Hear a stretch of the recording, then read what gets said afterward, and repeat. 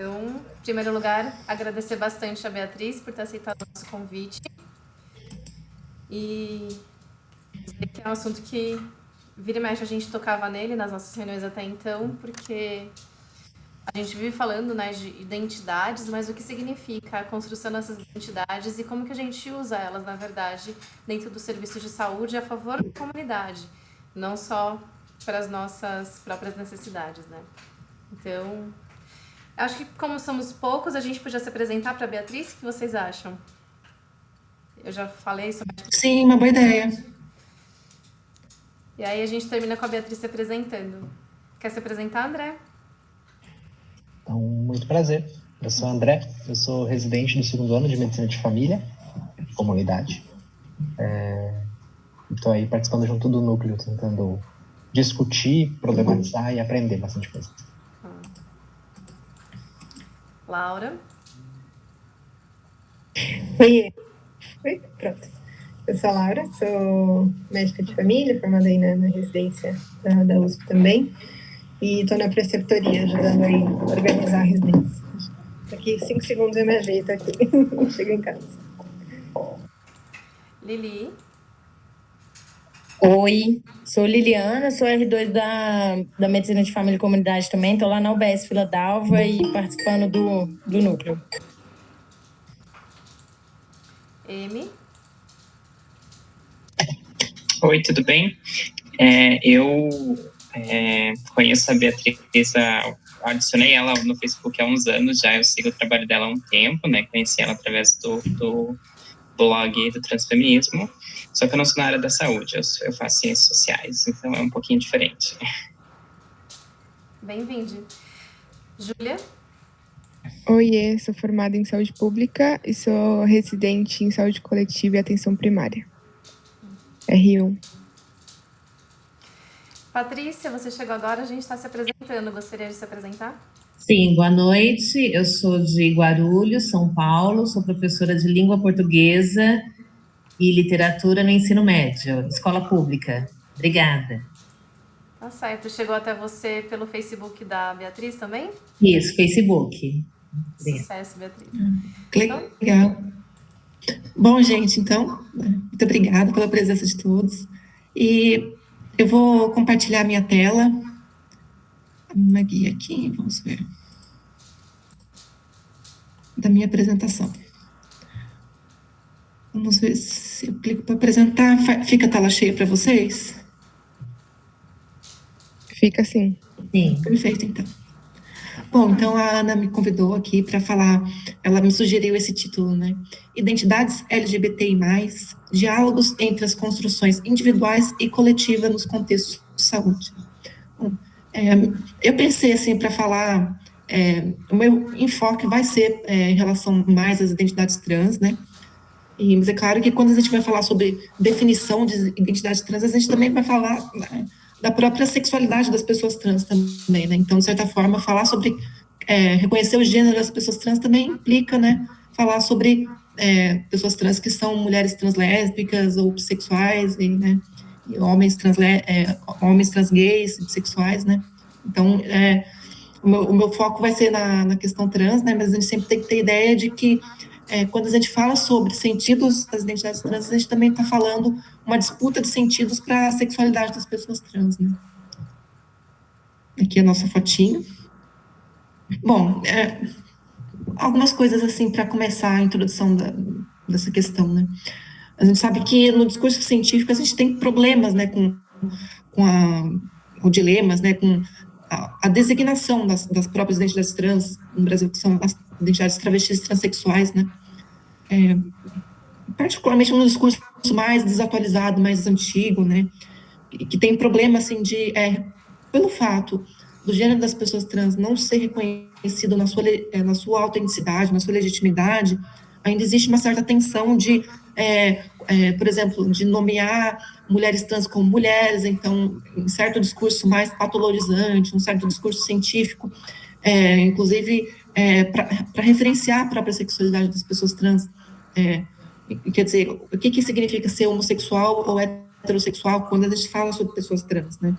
A gente tem que, para a gente reconhecer a legitimidade da heterossexualidade, ou da bissexualidade, ou da homossexualidade, porque esses são os termos que a gente usa de forma mais corrente para designar a orientação sexual, né?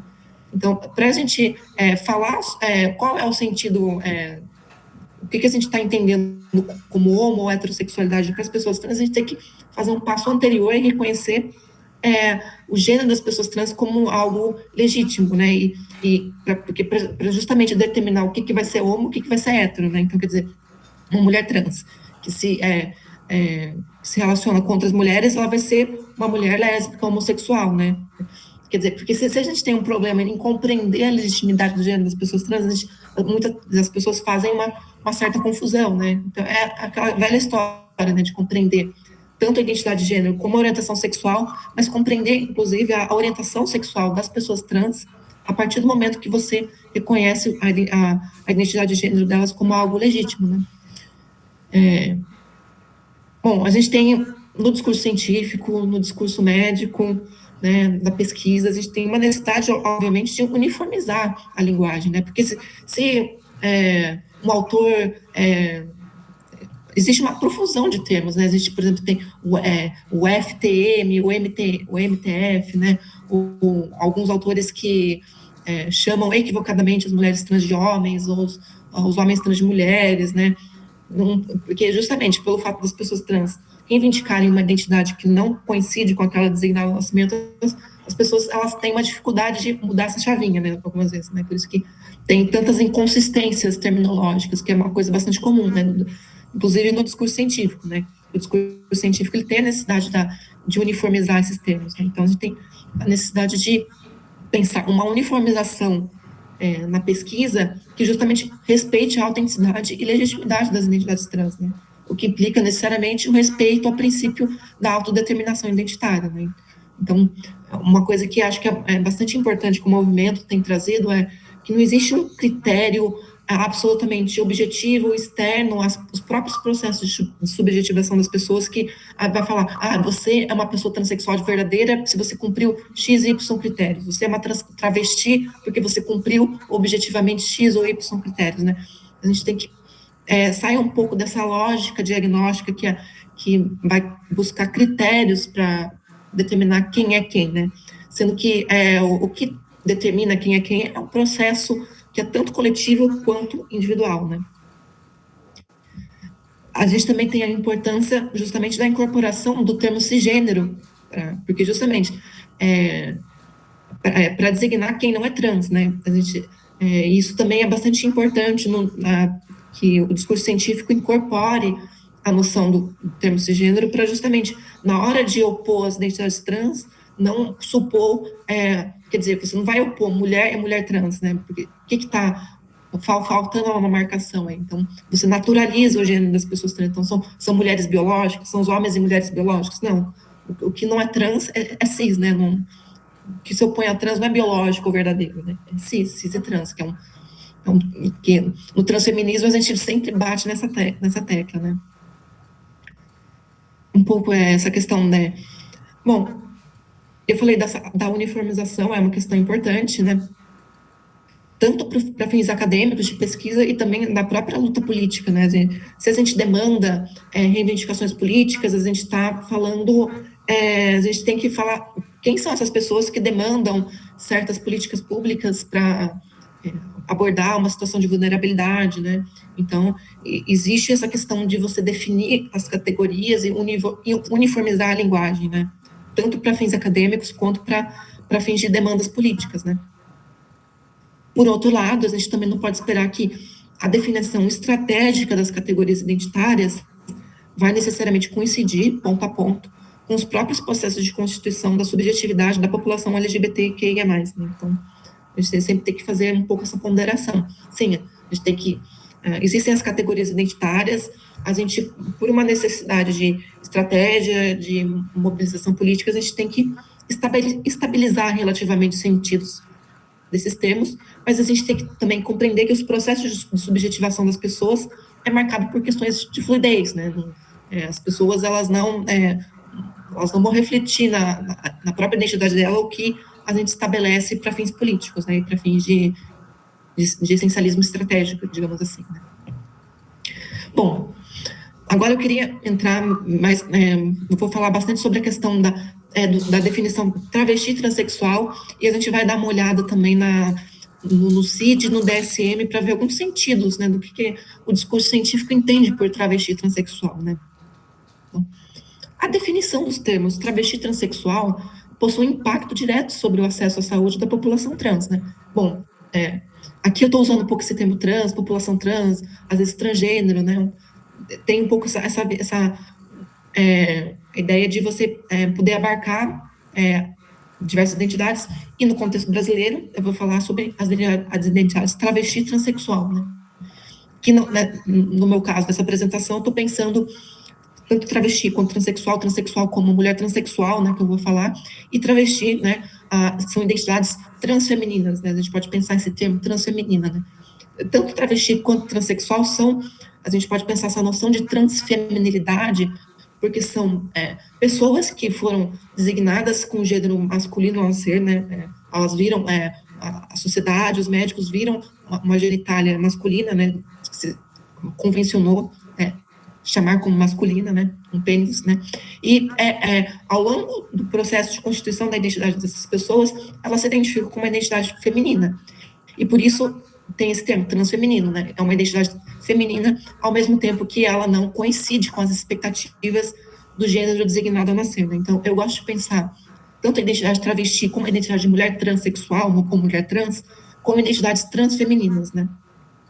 Porque justamente essa ideia de transfeminino, ela nos ajuda a compreender o que justamente travesti transexual tem de comum, tem de experiência compartilhada, né? Porque as pessoas sempre querem saber qual é a diferença entre travestis transexuais, mas é justamente o que é interessante também a gente falar quais são as semelhanças de travestis transexuais, e as semelhanças são vastas, né? Porque a gente sabe que as experiências de vida de travestis transexuais podem ser uma sociedade transfóbica, uma sociedade que estigmatiza o trânsito de gênero em relação à feminilidade para as pessoas trans, marcada por muitas experiências em comum, muitas vezes, né, de travestis transexuais, né? Então, é interessante a gente pensar que muitas pessoas querem saber logo o que diferencia uma da outra, quando também é interessante a gente pensar o que une uma à outra, né? E por que eu estou falando, eu friso isso, né? Porque justamente, se a gente vai pensar em demandas políticas, em políticas de coalizão entre travestis transexuais, da articulação entre essas duas populações, a gente tem que pensar as demandas políticas em comum, né? Então, quais são as experiências em comum que travestis transexuais têm, né? Isso que eu acho que é sempre importante pontuar quando a gente vai abordar as diferenças, a pontuar as semelhanças e as experiências compartilhadas, né? Bom, a identidade travesti transexual, primeiro, é uma identidade, mas também elas são categorias diagnósticas nos discursos médicos, né? A gente sabe, né? Então, voltando um pouco na minha apresentação, né? Então, a forma como a definição, como a gente define travesti transexual, ela tem um impacto na saúde da população, né?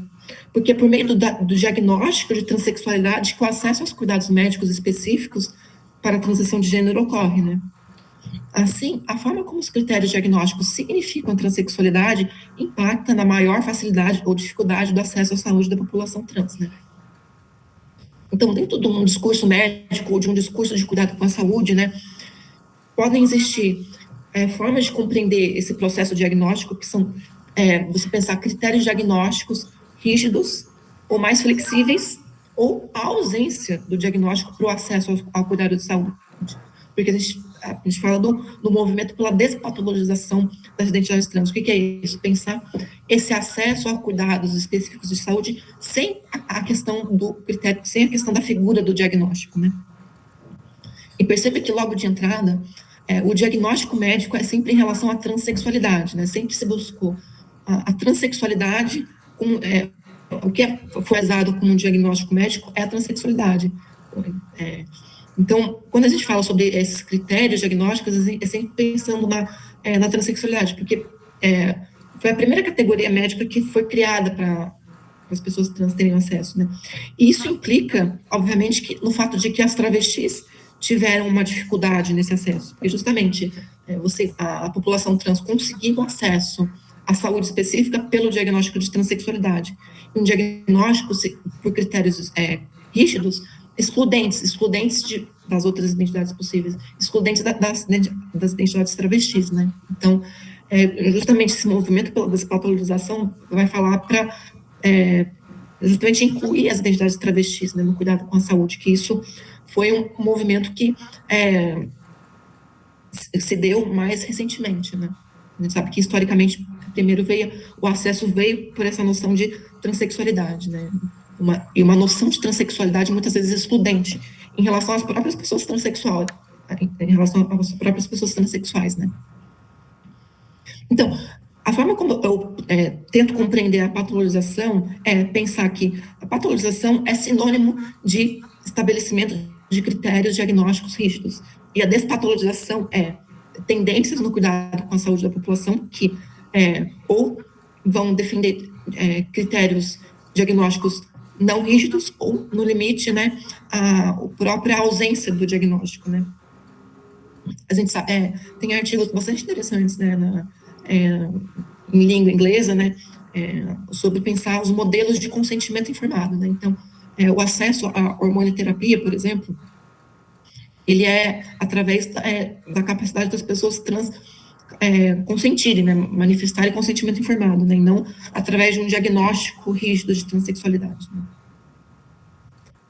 Bom, então, como eu disse, né, a patologização, a gente sempre tem um certo dilema, né, para falar sobre a despatologização, porque, por um lado, historicamente, foi através da patologização que, primeiramente, se conseguiu institucionalizar esse primeiro acesso à população trans. Mas, por um outro lado, a própria patologização, ela restringe o cuidado com a saúde, né? Pois nem todas as pessoas trans que efetivamente se beneficiariam do acesso aos cuidados médicos para a transição de gênero se enquadram nesse diagnóstico, né? Como as travestis, pessoas não binárias, né? Essa situação, ela força as pessoas ao mercado clandestino de alterações corporais e ou não medicamente supervisionadas, né, potencialmente perigosas, né. A patologização, ela também contribui para a manutenção dos estigmas transfóbicos, né, pois é capaz de funcionar como um mecanismo de justificativa da discriminação e preconceito contra as pessoas trans, né, tendo em vista a correlação de crenças discriminatórias contra as pessoas trans e a crença de que as pessoas trans tenham transtorno mental, né. Por outro lado, a perpetuação dos estigmas contribui para o aumento das situações efetivas de discriminação, desfavorecendo, assim, a própria saúde física e mental da população trans. Bom, então, critérios diagnósticos rígidos, eles correm justamente o risco de deixar de fora os indivíduos que efetivamente se beneficiam dos cuidados médicos, mas não se enquadram formalmente nesse diagnóstico, né? Esse é um modelo designado muitas vezes como gatekeeper, né? Gatekeeper é o porteiro, né? Então, o modelo patológico, ele tem essa metáfora do profissional de saúde como um porteiro, aquele profissional de saúde que seria capaz de determinar quem é trans ou não de verdade, né? E permitir o acesso às pessoas trans ao diagnóstico da transexualidade verdadeira, entre aspas, né? E isso marca uma tendência patologizante no cuidado com a saúde da população trans, né? Bom, existe uma vasta literatura científica que mostra que a definição de critérios rígidos efetivamente excluem as pessoas trans que realmente beneficiariam dos cuidados com a saúde, né? Então, de fato, existem pessoas trans que são excluídas do cuidado, né? Em função da adoção de critérios diagnósticos rígidos. A gente sabe que, na prática, muitas vezes, o que são os critérios diagnósticos, né?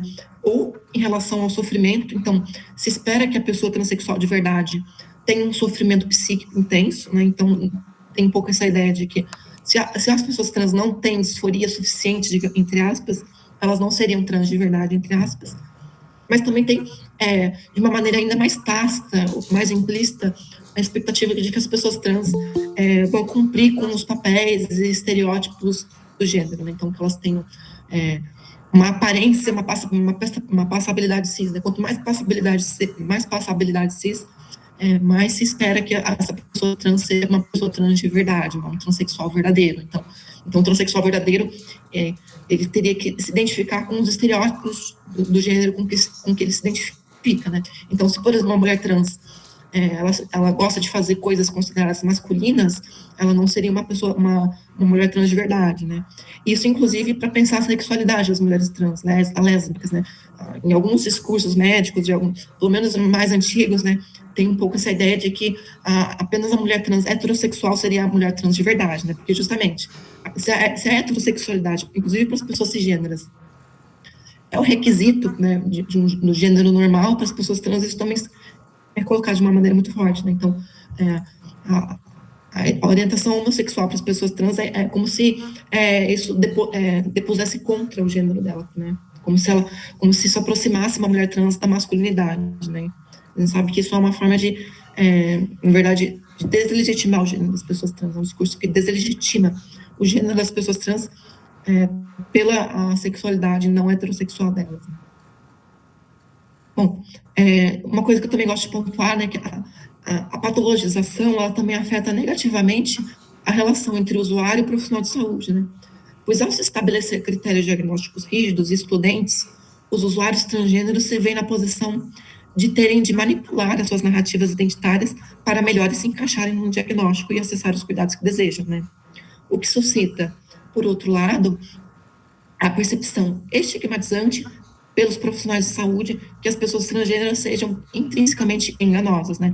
Então, também tem uma vasta literatura científica descrevendo essas relações de desconfiança entre os usuários de saúde trans e os profissionais de saúde, porque se o diagnóstico é rígido, e se eu tenho que corresponder com esses critérios rígidos para conseguir o acesso aos cuidados médicos, as pessoas trans, elas vão manipular a narrativa identitária delas para justamente corresponder a essas expectativas diagnósticas.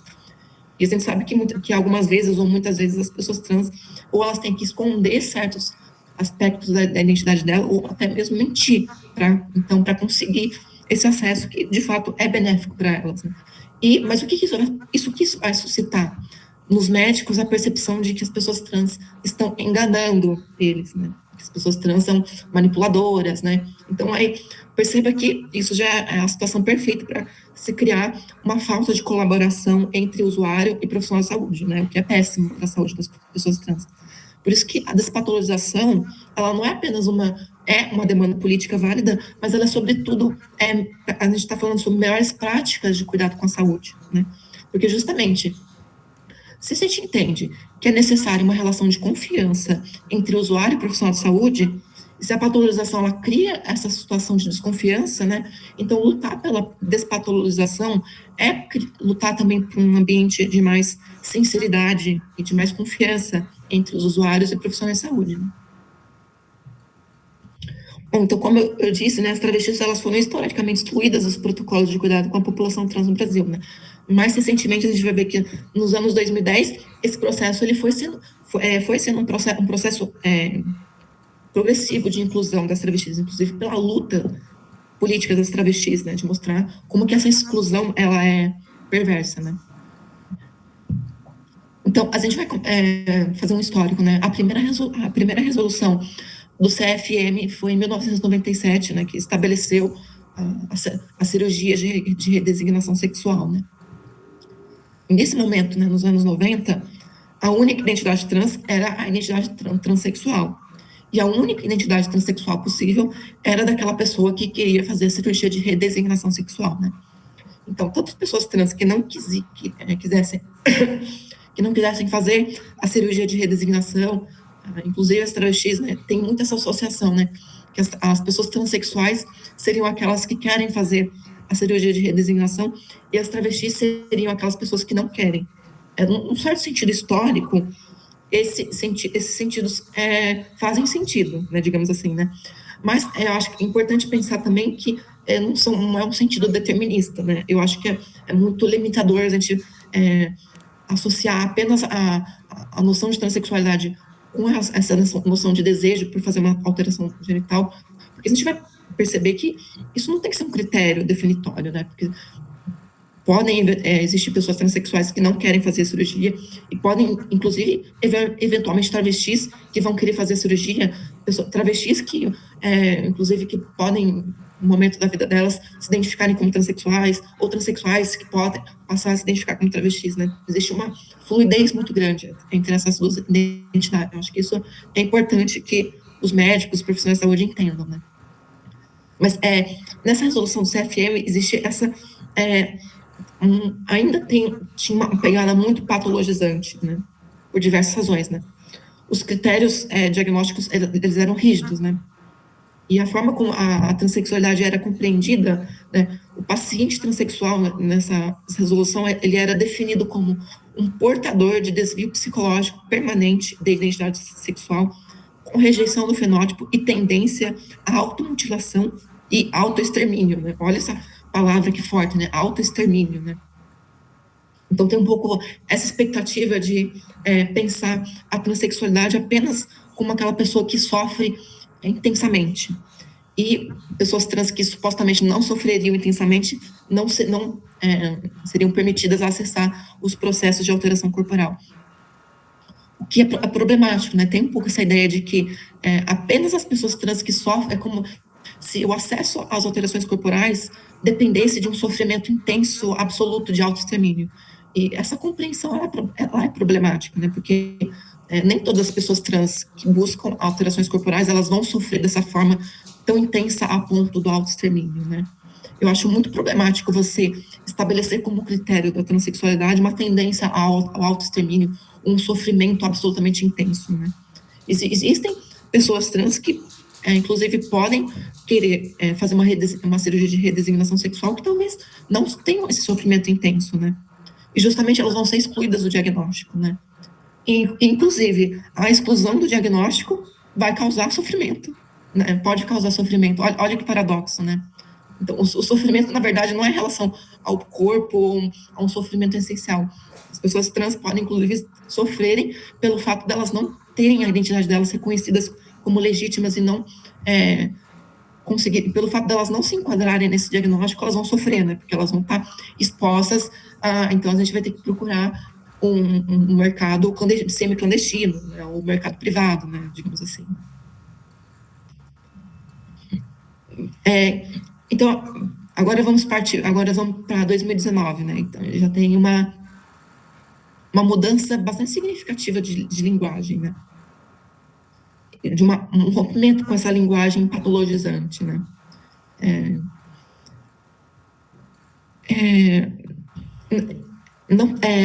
Essa nova resolução de 2019, né? Ela não tem mais, a gente vê teve uma preocupação, né, do CFM, eu acho que de justamente reconhecer o movimento das pessoas trans, as reivindicações das pessoas trans.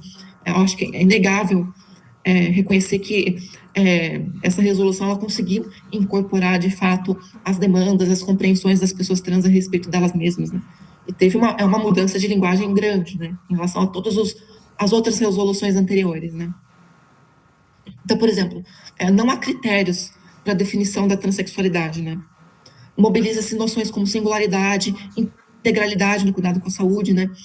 As identidades trans não são categorizadas como transtornos mentais ou desvios psicológicos, né? Pela primeira vez, a resolução do CFM passa a incluir a travestilidade, né? Dentre diversos outros avanços no cuidado com a saúde da população trans, né? Eu fiz um artigo, né? Eu fiz uma breve análise dessa resolução, né? Então, por exemplo, né, nessa resolução, como que eles definem, né, a transexualidade, né? E, inclusive, usam o termo transgênero, né? Então, compreende-se por transgênero ou incongruência de gênero a não paridade entre a identidade de gênero e o sexo ao nascimento, incluídos nesse grupo transexuais, travestis e outras expressões identitárias relacionadas à diversidade de gênero, né? Então, perceba que, pela primeira vez, a resolução da CFM passa a reconhecer uma diversidade das identidades trans, uma diversidade, né, que não estava nos outros, né. Considera-se identidade de gênero o reconhecimento de cada pessoa sobre o seu próprio gênero, né. Então, consideram-se homens transexuais aqueles nascidos com sexo feminino que se identificam como homem. Consideram-se mulheres transexuais aquelas nascidas com sexo masculino que se identificam como mulher. Considera-se travesti a pessoa que nasceu com sexo, identifica-se e apresenta fenotipicamente no outro gênero, mas aceita a sua genitália, né? Aqui a gente tem eu acho super importante esse processo de inclusão de pessoas trans que eventualmente não querem acessar a redesignação sexual, porque até então o CFM só autorizava o acesso às alterações corporais, como hormonioterapia, a essa noção de transexualidade verdadeira, né? Então, por um lado, é super importante que essa resolução do CFM tenha incluído essa diversidade das identidades. Mas, por um outro lado, é problemático associar apenas a identidade travesti a essa questão de querer ou não a cirurgia, né? Como eu falei antes, né? E, para terminar, considera-se a formação de gênero ou procedimento terapêutico multidisciplinar para a pessoa que necessita adequar o seu corpo à sua identidade de gênero por meio de hormonioterapia e cirurgia, né? Se vocês lerem essa resolução em relação às anteriores, vocês vão ver que existe, assim, uma discrepância muito grande na linguagem. Bom, então, critérios diagnósticos não rígidos, ou no limite, a própria ausência do diagnóstico como critério para acesso ao cuidados, né, ocorreriam em tese, né? Então, os médicos mais tradicionais, né, o que eles poderiam acusar, as perspectivas de despatologização, né? Eles poderiam ver que poderia, em tese, né, eu frisei em vermelho em tese, né, o maior risco de incluir indivíduos que não se beneficiariam de cuidados específicos para a transição de gênero. Então, você inclui as pessoas trans, inclui pessoas com acesso às transformações corporais, né? Só que você poderia aumentar os casos de arrependimento decorrente de destransição, por exemplo, né? Então, no entanto, né, não existem evidências científicas que de fato mostrem que os modelos de consentimento informado, né, como eu falei antes, que são modelos despatologizantes, né, possuem taxas mais altas de arrependimento do que modelos patologizantes, né? Ao contrário, ao longo dos anos, o cuidado com a população trans em diversos países tem progressivamente adotado abordagens que trazem uma maior autonomia para os usuários, sem que isso implicasse em taxas mais elevadas de arrependimento, né? As taxas de arrependimento, na verdade, elas se mantiveram iguais, né? E extremamente baixas, né? Ao longo dos anos, né? Então, um certo resumo, né? Modelos patologizantes implicam uma menor autonomia para o usuário de saúde trans e um maior poder de decisão para o profissional de saúde, né? O poder de veto, né? O poder de abrir ou fechar a porteira do diagnóstico, né? Digamos assim, né? E modelos despatologizantes implicam maior autonomia para o usuário de saúde trans e menor poder de decisão para o profissional de saúde, né? O contrário. Eu trouxe aqui um print do CID-10, né, em que existia ainda essa questão do diagnóstico de transexualismo, né, existia esse termo, o dual role transvestins, né, que em português é um travestismo bivalente, né, isso para mostrar que a noção que no Brasil se tem sobre a travesti, ela não coincide nem com o CID-10, nem com o DSM, que também existe. Ou essa noção de travestismo está ligada o que seria essa noção de travestismo bivalente, né, duplo papel, que na verdade, um diagnóstico sem utilidade, né, tanto é que no CID-11 esse diagnóstico foi abandonado, né, ou também está ligada à questão das parafilias ou dos fetiches, né, que também não coincide com a noção de que a gente tem brasileira de travestilidade, né. Então, no CID-10, então, tinha esse diagnóstico, né, tanto de transexualidade, de travestismo, travestismo bivalente, né, e também a palavra travestismo, né, também é um tipo de parafilia, do fetichismo, né, então, categorizada como transtornos da preferência sexual, né. E a gente vai ver que no CID-11, o fetichismo transvéstico, né, ele foi excluído, né, justamente porque ele também não tem utilidade, né. No CID-11, né, teve também bastante referenciado como o CID que despatologizou as identidades trans porque essa categoria que eles inventaram no CID-11, né, de incongruência de gênero, elas não são categorizadas como transtornos mentais, mas condições relacionadas à saúde sexual, né?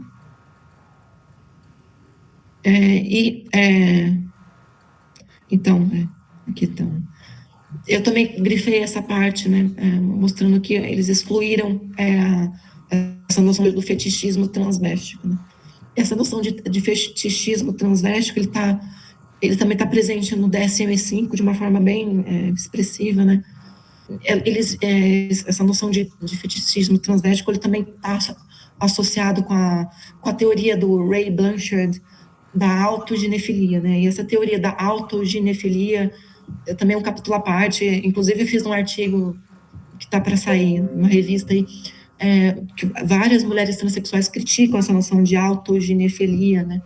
Que é uma noção que estigmatiza a sexualidade das mulheres translésbicas, né? Porque é uma teoria que estipula, que associa a sexualidade lésbica das mulheres trans a uma parafilia, né? Que seria a excitação de se imaginar enquanto mulher, né? E ele cria toda uma relação de causalidade, de pensar que a identidade trans de mulheres translésbicas seria diferente, essencialmente diferente da identidade das mulheres trans que se atraem por homens. E as mulheres trans, elas apontam que essa teorização ela é profundamente estigmatizante, né? Porque ela estigmatiza a sexualidade das mulheres translésbicas, por diversos fatores, diversos motivos, né?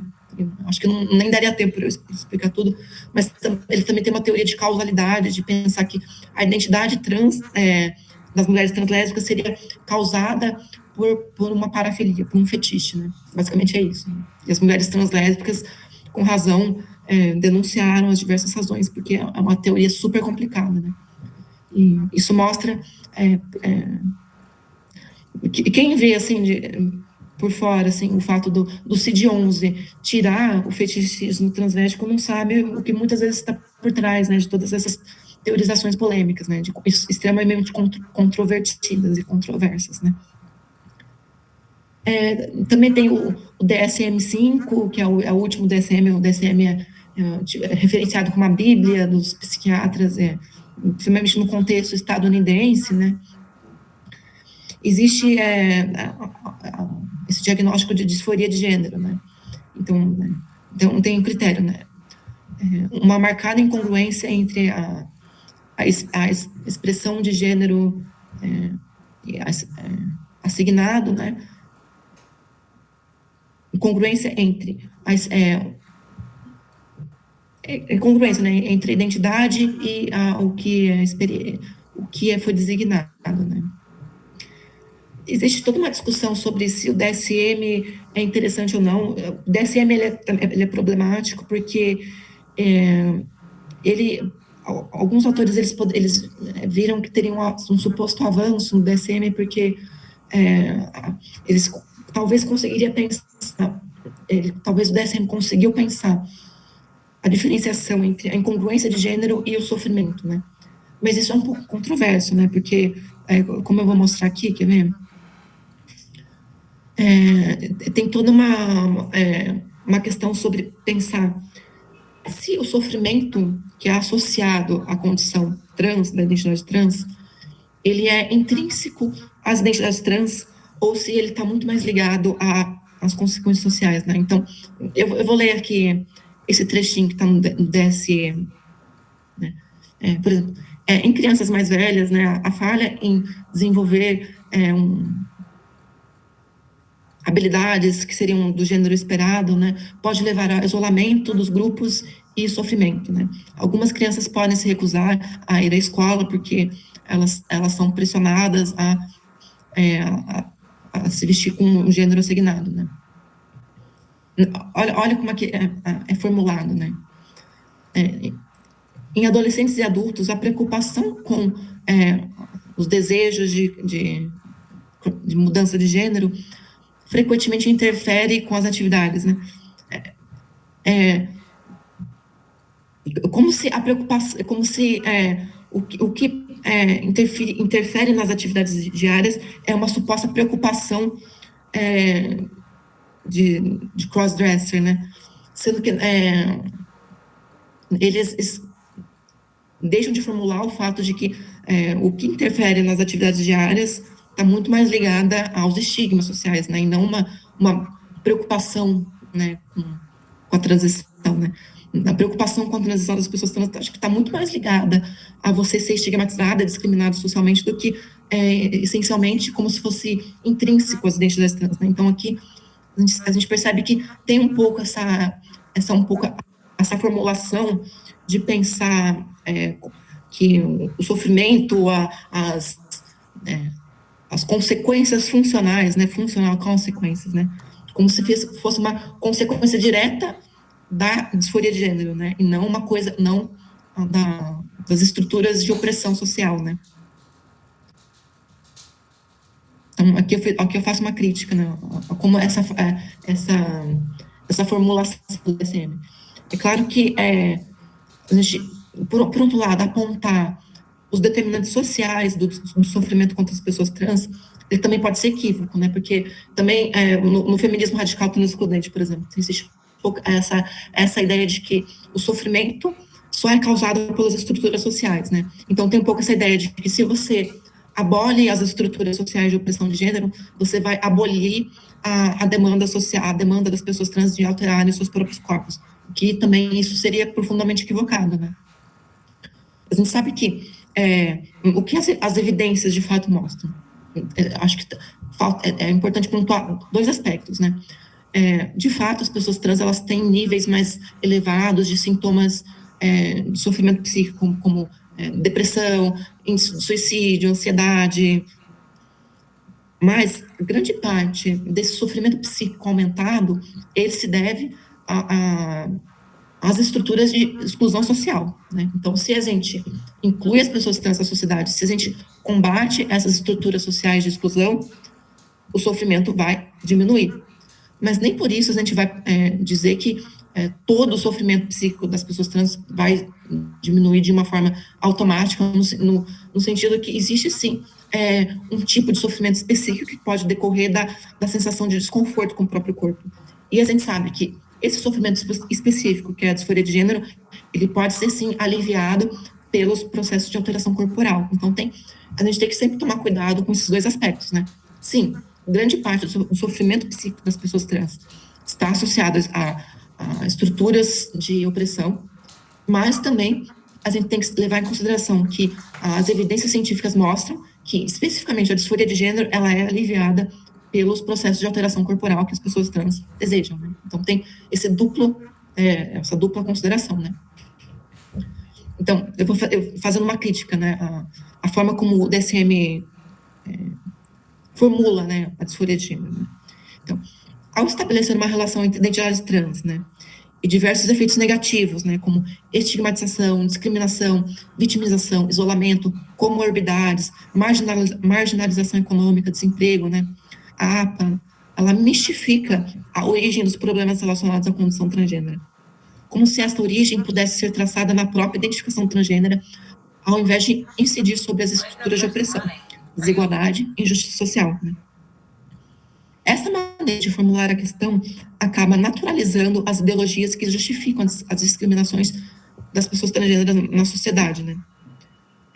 O DSM, ele tem toda uma concepção que ele seria meramente descritivo, né? Então, quando, por exemplo, se fala assim, a disforia de gênero está associada ou correlacionada ao sofrimento psíquico, né? Aparentemente, isso é uma mera descrição, só que ela abre brechas de forma super equívoca de ver qual é a causa desse sofrimento.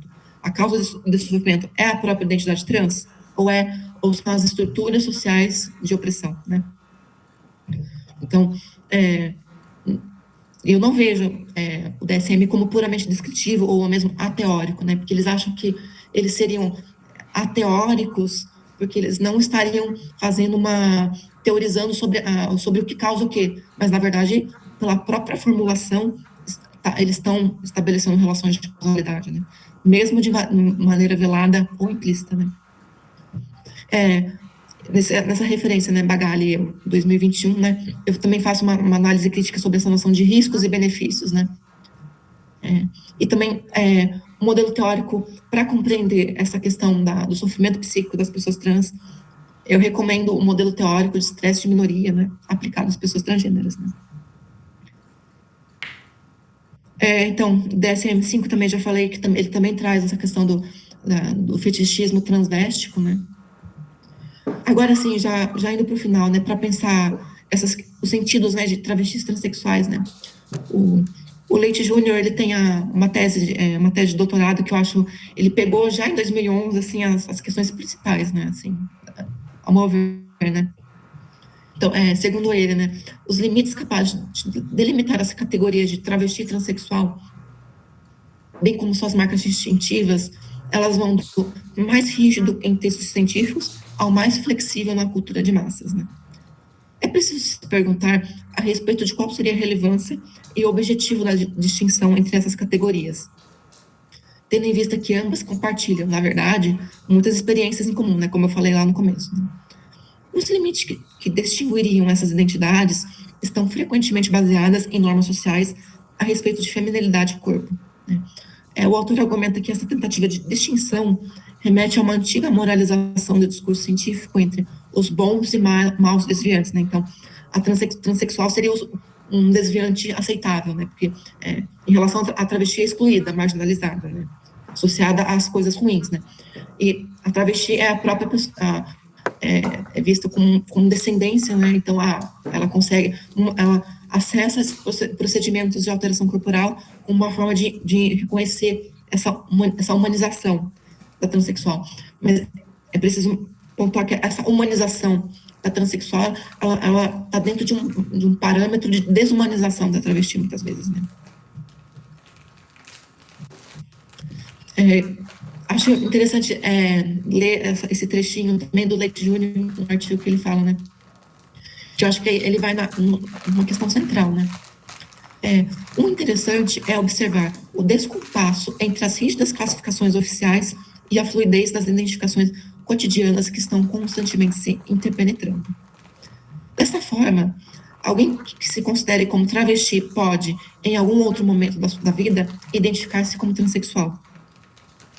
Isso é possível não apenas como manifestação da complexificação e ressignificação de categorias na experiência de vida, mas como estratégia distintiva. Como já afirmado, em nosso país, as pessoas conhecidas como travestis estão fortemente associadas no imaginário social à marginalização e à prostituição, independentemente do quanto essa seja uma relação real ou não.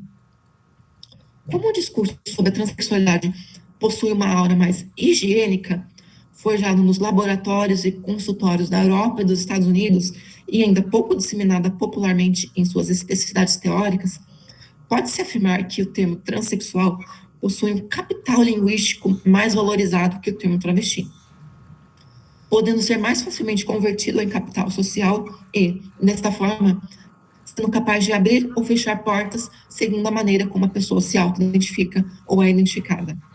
Assim, apresentar-se ou ser apresentada como transexual, em especial se vier acompanhada de uma feminilidade de classe média, confere um aumento de capital simbólico associado a essa pessoa, que adquire especial valor quando, em ambientes onde os capitais econômicos dos sujeitos envolvidos são próximos, essa forma de distinção pode ser o passaporte para a transição entre grupos de ascensão nas camadas sociais. E uma coisa que eu pensei quando eu li esse trecho também tem uma coisa inversa, né? Por exemplo, eu sou uma pessoa trans que ocupo um local de privilégio por diversas vezes. Sou uma mulher trans branca que não foi expulsa de casa, fui aceita, tive acesso, mesmo que precário, consegui ter acesso a cuidados de saúde específicos para as pessoas trans. Sou branca, de classe média. Se eu, por exemplo, como uma mulher vista como... Eu sou identificada como mulher transexual porque tenho passabilidade cis. Se eu me identifico, se eu começo a falar que eu sou travesti, as pessoas elas podem interpretar isso de uma forma um pouco tensa, né? De falar que eu estaria, talvez, usurpando uma experiência de vulnerabilidade que eu não vivencio, né? Então, percebo que também isso pode estar um pouco... isso vale para os dois lados, né? Digamos assim. Né? Mas eu acho que o mais importante assim, das considerações que, por exemplo, a Mara Moira traz, né? Eu vou ler um pouco do textinho da Mara, né? Eu, como uma pessoa trans, eu me identifico como pessoa transexual. Eu acho muito importante nós, como pessoas trans, não reproduzirmos um discurso que reitera essa marginalização em relação às identidades travestis, né? se eu eventualmente sou apontada como uma travesti, isso não vai ser motivo para eu recusar ou para achar que isso é um termo pejorativo, que estão me xingando, né? Justamente, né, eu acho que essa é uma necessidade ética, né, das pessoas trans, que são vistas como transexuais ou que se identificam como transexuais, né? Bom, então, já para finalizar a minha apresentação, eu vou ler também esse trechinho da Mara Moira, que eu acho que também vai direto ao ponto, né? Então, sobre a distinção entre travestis e transexuais, a Mara Moira considera que a questão tem implicações complexas, envolvendo a história dos termos, a rivalidade que se estabeleceu entre as duas categorias e o esforço mais contemporâneo para borrar as distinções entre eles, né? No início da minha fala, né? Justamente, quando eu penso experiências de transfeminilidade, eu estou borrando as distinções entre eles, justamente para, quando eu falo sobre experiências em comuns, eu estou, de certa forma, borrando essas distinções tão, assim, apartadas, né, entre uma identidade e outra, né? Essa distinção, se por um lado propiciona narrativas que permitiriam algumas pessoas trans não só recorrer a tais procedimentos de redesignação sexual, como também começarem a ter suas identidades reconhecidas, várias pessoas trans, à época, né, quando começou a institucionalização do cuidado, obtiveram a retificação dos seus documentos civis após as tais cirurgias. Por outro, aumentou drasticamente o estigma sobre indivíduos trans que não desejavam nenhum tipo de intervenção cirúrgica ou, em específico, essa de redesignação sexual. O que espero, a essa altura, ter deixado claro é que a diferenciação de pessoas trans entre as que se relacionam bem com o genital com que nasceram e, abre aspas, as que têm aversão ao genital com que nasceram, fecha aspas, é profundamente transfóbica. Razão para hoje em dia, queremos borrar a distinção entre travestis e transexual, né? Ou uma forma aparentemente mais neutra, trans, né? Ou transfeminilidade, né? Como eu falei. Então, aqui eu termino a minha fala, né? Já falei muito, já estou até cansada, né? Aqui tem referências e indicações de leitura, né? Não usei todas essas referências, assim, exatamente nessa apresentação, né? Mas são leituras que eu fiz que basearam essas reflexões, né? Então, aqui a primeira parte, e que são indicações de leituras, né? Importantes, né? Primeira parte, a segunda parte. Então, gravou, né? Então, termina aqui minha apresentação. Muito obrigada. A gente agradece, Beatriz. Você tem um tempinho ainda para a gente continuar conversando um pouco? Claro. Então, agora, se vocês têm dúvidas, colocações, inquietações, podem fazer à vontade. Eu sou fofoqueira, eu quero falar um monte de coisa, mas eu vou deixar o pessoal de mim. Claro. Alguém quer fazer algum comentário, gente?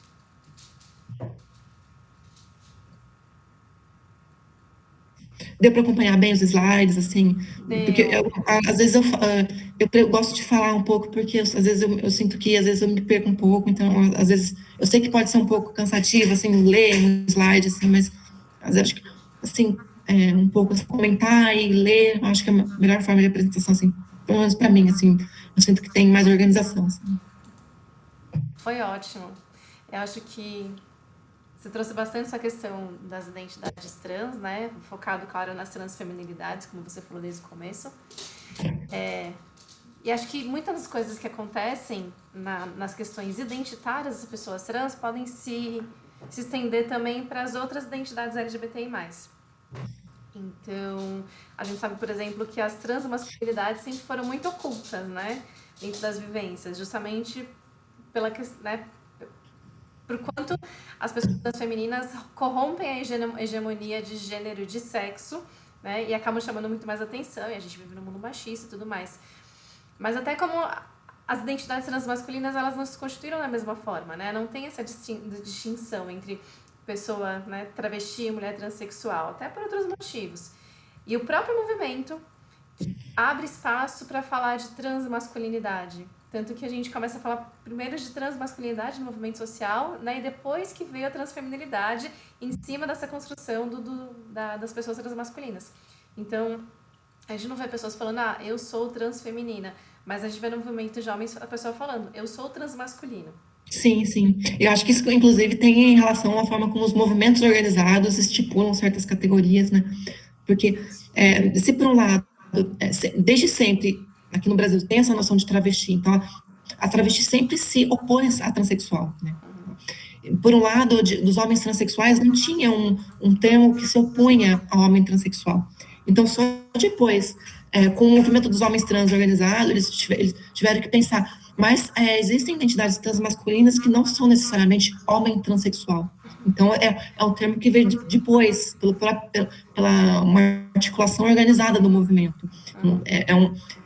Foi uma forma distinta de como essas identidades circularam e foram formadas, e a relação que eles têm com o campo médico e com o campo da militância, né? Foi uma história distinta, né? Mas, de certa forma, é semelhante porque quando a gente fala em transmasculinidades, a gente está pensando em identidades trans que não são necessariamente a transexualidade, né? Então, a gente abre brecha para falar sobre identidades não binárias, talvez, né? O espectro, tem essa questão do espectro transmasculino, né? Então, sempre abrir mais o leque de diversidade, de que uma noção de transexualidade seria mais rígida. Exatamente, né? Foi a partir desse movimento das pessoas transmasculinas que se abriu o campo dentro do movimento LGBTI+, para as demandas específicas das pessoas não binárias poderem ter essa legitimidade, né, política. E aí é que eu acho que é interessante essa história da gente falar sobre identidade e o quanto isso se contrapõe às classificações, tanto as classificações sociais, do que se espera, quanto as classificações da área da saúde, médicas também, porque a gente sabe que as pessoas, a gente, né? As pessoas, né? A gente se coloca politicamente da maneira como a gente sabe que vai ser melhor lido, melhor compreendido, que a gente vai ter nossa pauta melhor respondida, né? Seja pelo poder público, seja por qualquer outra estrutura na qual a gente está envolvido. Exatamente. Como que eu falei, né? Às vezes a gente eu, como uma mulher trans, até fico assim, nossa, será que eu posso me identificar como travesti? É um pouco assim, porque por um lado eu acho interessante muitas mulheres trans reconhecendo a legitimidade dessa identidade, que eu acho super importante para questionar os estigmas, né? Mas, por outro lado, também, como eu trouxe aquela questão, se eu falar que eu sou travesti, será que eles vão me interpretar mal? Porque talvez a gente sabe que eu não vivencio todas as experiências de vulnerabilidade que a maioria das travestis vivenciam, né? Então, perceber como é uma coisa super complexa essa, né? Não é uma questão determinista, mas a gente sempre está calculando um pouco os impactos e desdobramentos de certos sentidos desses termos, né? Sim. E acho que é muito importante a gente entender que há diferenciações nessas diversas camadas, né? Então, uma coisa é a vivência que a gente tem e temos aí socialmente uma discussão sobre gênero, que não é, né? A gente só reconhece hoje em dia, mas ela é naturalizada já faz muito tempo, e temos vivências da nossa vida relacionadas à nossa leitura de gênero, né? E temos a nossa própria visão sobre isso. A partir disso, a gente se classifica, a gente se autoclassifica, né? E a gente classifica essa nossa vivência. E a gente toma pra gente a nossa identidade. Então, tô tentando fazer camadas, né? De vivência, de identidade. E tem uma outra questão que eu acho que é diferente, a gente precisa sempre pensar, é que é o que é a nossa identidade política. Então, além, né, do que eu penso sobre mim e a maneira que eu me constituo a partir das minhas próprias referências, sejam quais forem que a gente recebeu ao longo da vida, como que eu me coloco perante as outras pessoas? E em que espaços eu me coloco dessa maneira também? E muitas vezes a gente acaba fazendo uma leitura, né, muito focada em corpo, em genitália, em prática sexual, sendo que na Sim. Né, são só diversas formas, né, diversos critérios usados para se fazer essas classificações, tanto para a gente fazer a nossa própria classificação de vivência e identidade, autoidentidade, quanto para as pessoas fazerem as leituras de nós mesmos, né? E aí, pensando em nós aqui como profissionais de saúde, eu acho importante a gente focar o quantas vezes também a gente acaba, na tentativa de incluir essas pessoas, a gente acaba também podando a possibilidade de diálogo mais verdadeiro com a gente em relação às vivências que essas pessoas têm, as identidades que elas entendem para elas mesmas. E eu vou até dar um exemplo aqui que sai um pouco do espectro da transexualidade, do gênero em si, e entra um pouco no espectro da orientação sexual. A gente tende a entender, por exemplo, a orientação sexual como uma questão classificatória, né? E aí, frequentemente, né, lésbica é a mulher que transa com mulher, o que se atrai por mulher. E aí essas coisas mudam, né? Então, varia entre desejo, é a pessoa que tem desejo, a pessoa que tem atração, a pessoa que se relaciona, é a pessoa que se atrai, é a pessoa que fantasia, né? Alguma prática sexual específica. E tudo isso pode servir, né, na nossa construção cultural para as pessoas poderem entender elas mesmas como lésbicas, como bissexuais e como heterossexuais. Agora, não a gente tem que entender que tem muitos borramentos entre as classificações, e ainda bem, né? Porque tem uma questão que é a questão da vivência, a questão identitária política mesmo, né? Da autoidentidade, a questão política. Então, muitas vezes a gente fala, bom, essa é uma mulher que está se relacionando com uma mulher e ela se identifica como hétero. Coitada, eu tenho que ajudá-la a reconhecer a identidade dela como lésbica, porque senão ela não vai ser feliz, ela vai ficar presa dentro disso. E no final, se a gente, né, age dessa maneira, a gente acaba também machucando essa pessoa. Então, essa questão identitária, a gente precisa respeitar, né? Enquanto posicionamento político mesmo, e dentro do movimento LGBTI+, a gente vê muitos problemas com isso, né? De uma pessoa falar, você está sendo bifóbica por não se colocar como pessoa bissexual. E a lésbica falando, você está sendo lesbofóbica por falar que você é bifóbica. A famosa cagação de regra. Pois é. E sabe uma coisa que eu pensei aqui um pouco, Ana? Pensando assim, em questões de sexualidade, né? Ultimamente, eu já participei, assim, nos debates, assim, até bastante acalorados, assim. Existe um pouco... O movimento trans, ele traz um pouco a noção, assim, como eu falei na minha fala, da importância da gente reconhecer a legitimidade das orientações sexuais, seja hétero como homossexuais, para pensar uma mulher trans que se relaciona com outra mulher, pensar a legitimidade dessa identidade lésbica para mulheres trans, né? E a gente sabe que existe muitos ruídos como circulam alguns sentidos. Então, por exemplo, a gente vai ver a Sade Fem falando que as mulheres trans estão querendo impor que as mulheres que elas se relacionam com mulheres trans, como se fosse uma questão de imposição. E eu sempre falo assim, não é uma questão de imposição, é uma questão de você reconhecer, não é uma questão para você, é muito assim, parece que as pessoas, elas tomam para elas, assim, né, quando na verdade eu estou falando assim, para você reconhecer a legitimidade das relações que já existem, não estou falando para você se relacionar com uma outra mulher trans, não estou falando que você tem que se relacionar com uma mulher trans para provar que você não é transfóbica. Mas, assim, existe um pouco, certas discussões para pensar, por exemplo, o preterimento afetivo das pessoas trans, né? Então, tem um debate, né, entre as pessoas trans, de pensar assim, que se você se atrai por outras mulheres, se você exclui as mulheres trans a priori da possibilidade de relacionamento afetivo com elas, você estaria sendo transfóbica. Daí as pessoas acusam, olha, isso, daí elas veem isso como um exagero da militância, né? Então, percebe que como que é delicado a gente sempre assim pontuar certas diferenças. E inclusive entrei numa discussão grande assim com uma moça trans, uma amiga minha no meu Facebook, porque eu acho que talvez seja mais interessante a gente não focar tanto nessa questão assim de que você tem que abrir o seu leque de possibilidades para mulheres trans, porque isso é uma questão muito íntima, né? O que é importante você não pode projetar a sua concepção de sexualidade nas outras pessoas. Quer dizer, se para você a sua identidade lésbica não permite com que você se identifique, que não permite, não é uma coisa que você sente bem se relacionar com outras mulheres trans, você não pode universalizar essa experiência para todas as lésbicas, né? Porque vão ter mulheres lésbicas que vão se relacionar com mulheres trans. O que você não pode fazer é deslegitimar a identidade lésbica com base na sua experiência pessoal, né? Eu acho que essa direção é mais interessante, assim, de fazer essas, né, como articular essas coisas, né?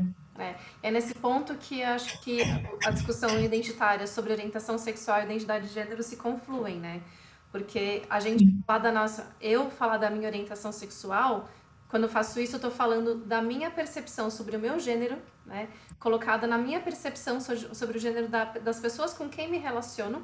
E aí, juntando todos os fatores de como eu entendo, se eu entendo que é mais importante pensar a minha experiência de práticas sexuais, ou a minha experiência de relacionamentos, ou a minha experiência afetiva, né, das minhas paixões, ou a minha experiência também de desejos, de atrações, junto tudo isso e penso, faço um mix na minha cabeça, coloco no liquidificador, e aí tiro pra mim o que é mais importante, que é eu sou, né, homossexual, eu sou bissexual, eu sou assexual. E é uma coisa muito louca, né, porque a gente é uma identidade formada em cima da perspectiva de outra identidade. Então, uma identidade de orientação sexual é colocada dentro da perspectiva super ampla sobre o que significa também a identidade de gênero das pessoas. E aí a gente tá falando muito, a gente acaba traçando muito pela nossa percepção, mas e se eu for falar pela percepção identitária da outra pessoa, né? Se de repente, vou dar um exemplo, me relaciono com você, Beatriz, e aí se eu me coloco como mulher lésbica, e aí de repente você fala, mas eu não sou mulher, eu sou travesti, você não pode se colocar como lésbica, então isso quer dizer que a minha identidade tem que mudar, mas é a minha própria percepção de mim mesma. Então... Isso mostra como é a questão relacional, né? Uma coisa está implicada na outra, né? E aí a gente chega na área da saúde, né? E quer categorizar. Estabilizar. Ou você é isso, ou você é aquilo. E se você não se estabilizar numa dessas categorias, você tem um problema de saúde mental. E a gente vê muito isso, né? Principalmente para as mulheres bissexuais e para os homens bissexuais também, mas mais para as mulheres, porque a mulher sempre sofre mais problemas relacionados à violência institucional em relação à saúde mental, né? Tem muita violência institucional focada em saúde mental mesmo. Falar que a pessoa é bipolar, que a mulher é bipolar porque ela é bissexual, dizer que ela está indecisa, está em cima do muro, ou que ela precisa se decidir. Então, a gente, né? Isso tudo, acho que transita justamente por essa questão identitária, da gente não validar a vivência do outro pela sua própria experiência. E falando assim, às vezes parece muito simples, mas na prática a gente se embanana todo o tempo inteiro. Com certeza. Pessoais e nas nossas vivências profissionais. E aí acho que tem uma outra camada que é ainda mais, que é um pouco mais profundo que isso, que é as vivências intersexo, né? Que, sim, a gente está falando de uma questão que, né, são de alterações corporais, né? Pessoas intersexo são aquelas pessoas que têm variações na configuração de corpo, genes e mudanças hormonais, enfim, mas é uma coisa que é realmente física, né? Não é só da questão identitária em si. Só que aí tem o diagnóstico, que são diagnósticos até patologizantes. A gente falou com a Dione no mês passado. Então, distúrbio das diferenças de sexo, né? O que a gente chama de sexo, afinal das contas, né? Tem todas essas discussões. Então, todas as características que se relacionam com o sexo, né, que seriam diagnosticadas ou não diagnosticadas e classificadas, mas aí o próprio movimento e a própria medicina tenta sair dessa área um pouco mais patologizante de falar de diferenciação das características de sexo, né, do determinado sexo, então, diversidade, em vez de falar de distúrbios. Mas aí a gente tem a palavra intersexo, que surgiu inclusive junto com o movimento social, mas surgiu dentro do movimento médico. A gente vê o termo intersexo hoje em dia sendo colocado como diagnóstico, sendo que é também uma categoria identitária. E aí muitas pessoas não querem se identificar como intersexo, mas elas têm as coisinhas do critério diagnóstico lá das questões do corpo. Mas elas não querem. Ou elas querem se colocar como intersexo, né? Se identificam como intersexo, sem que necessariamente precise ter se submeter ao diagnóstico de profissional de saúde. Então, acho que a sigla LGBTI é muito, né, mais, na verdade, todas as outras diversidades aí que a gente fala dessas categorias, a gente precisa pensar o quanto que a gente, quanto profissional de saúde, consegue traduzir essas questões identitárias e de vivências para a nossa realidade, sem necessariamente ter que categorizar e sem ter que classificar e trazer para uma experiência única. A gente brinca sempre de falar que a sexualidade é diversa, é uma caixinha aberta, que a gente tem que deixar todo mundo entrar e caber dentro da sua própria referência, mas na prática a gente não sabe fazer isso, né? Eu não sei, eu falei demais. Alguém mais? Um comentário da Imibras, né? Hoje a Gilnonato postou esse vídeo sobre a saúde de pessoas transmasculinas e homens trans, tá? Ela deu uma indicação, né? Ela teve que sair. Eu também, sobre essa questão da orientação sexual e identidade de gênero, também tenho um artigo, vou colocar aqui nos comentários, né? Eu também analiso bem essa relação, né? pensar essa intersecção, né, das pessoas trans com a identidade de gênero, com a questão da afetividade, etc. Só comentar também, acho que o grande desafio é esse, né, que você trouxe agora no final, né? Acho que a gente... Tá muito baixo, Laura. Não dá pra ouvir. Melhorou?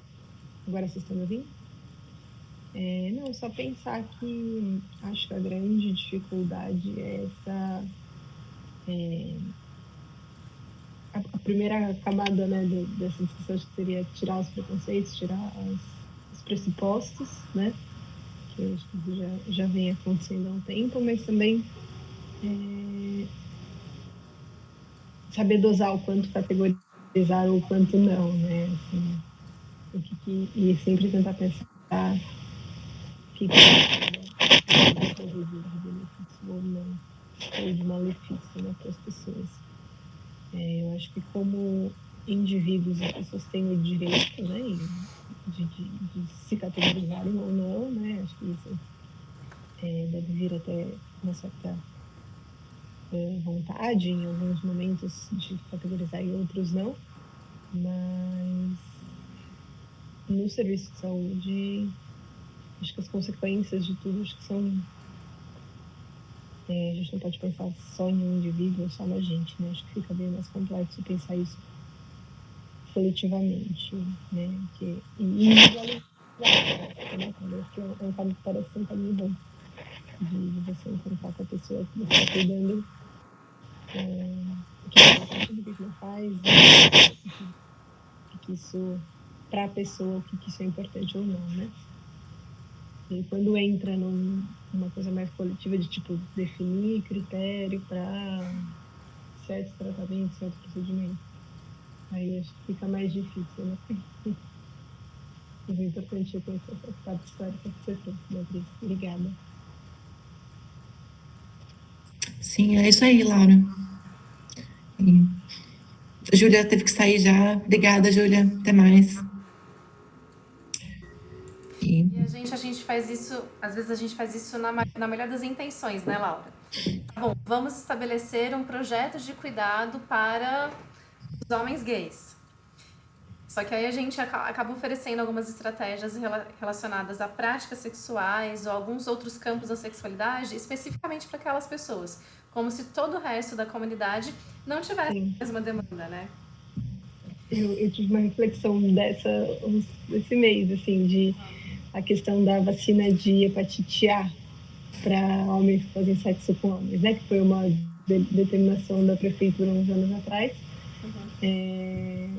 Mas, tipo, é porque o surto foi maior nessa população, né? Acho que isso justifica essa medida, mas outras pessoas que não são homens, que fazem sexo com homens, não podem contrair hepatite A numa relação, né? Não podem ter a prática de relação oral, não. Então, né, também seria um critério excludente, né? Esse da vacinação. Aí a gente corre esse risco, né? De a partir do momento que a gente fala a vacina só para homens que fazem sexo com homens ou para transexuais, mulheres transexuais e travestis. E aí a gente vai usar qual critério? Pelo meu critério de falar quem é gay, né? Pelo critério da pessoa, a gente vai trazer a prática sexual. É um caminho que tem benefícios, mas tem muitos riscos se a gente simplificar só pela questão, né, de algo que deveria ser identitário, mas a gente, na verdade, está querendo fechar quem são as pessoas, como que elas podem se manifestar.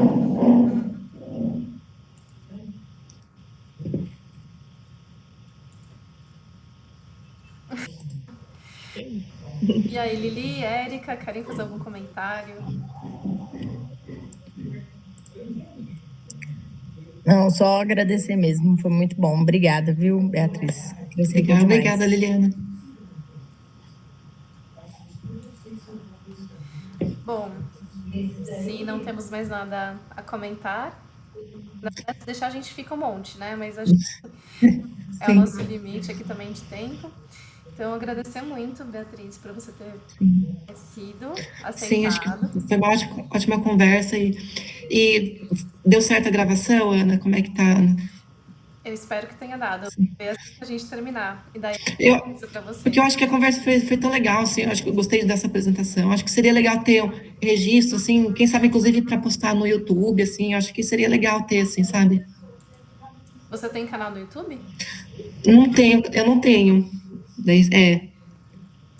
Também não. Laura, a gente pode pensar nisso, olha só.